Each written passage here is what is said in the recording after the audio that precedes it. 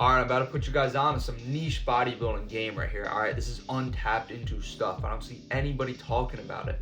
It's the leucine threshold. So what is leucine? Leucine is an essential amino acid. It's one of the 9, but it's a little bit different from the other 8. It stands out because it's essentially the trigger for muscle protein synthesis. If leucine is not present, muscle protein synthesis cannot and will not occur to its full extent.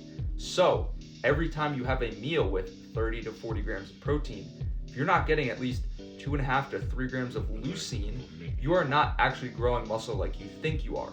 So how do you make sure you're getting enough leucine? Well, apps like Chronometer are great.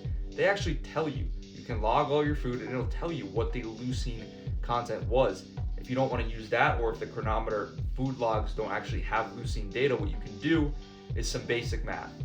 High quality leucine sources, for example, we have beef, chicken, eggs, dairy, fish, protein powders. These are all about 10% leucine per gram of protein.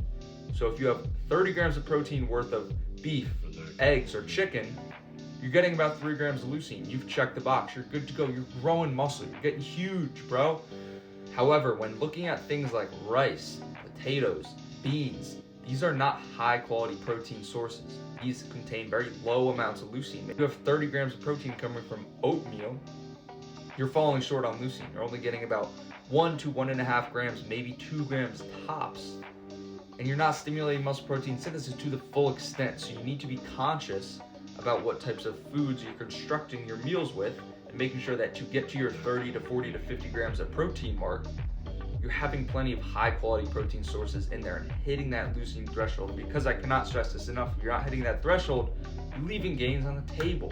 So for most people, if you're consuming high protein meals, 40, 50 to 60 grams, and you're making sure that most of your protein is coming from high quality sources, you probably don't need to track your leucine. You probably don't need to stress it whatsoever.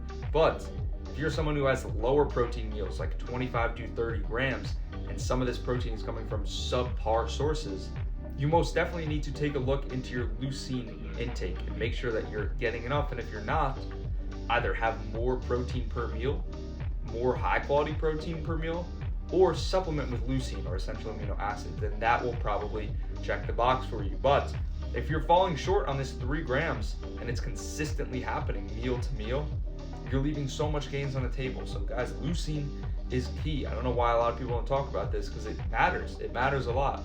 Make sure you're getting your leucine. You'll be good to go.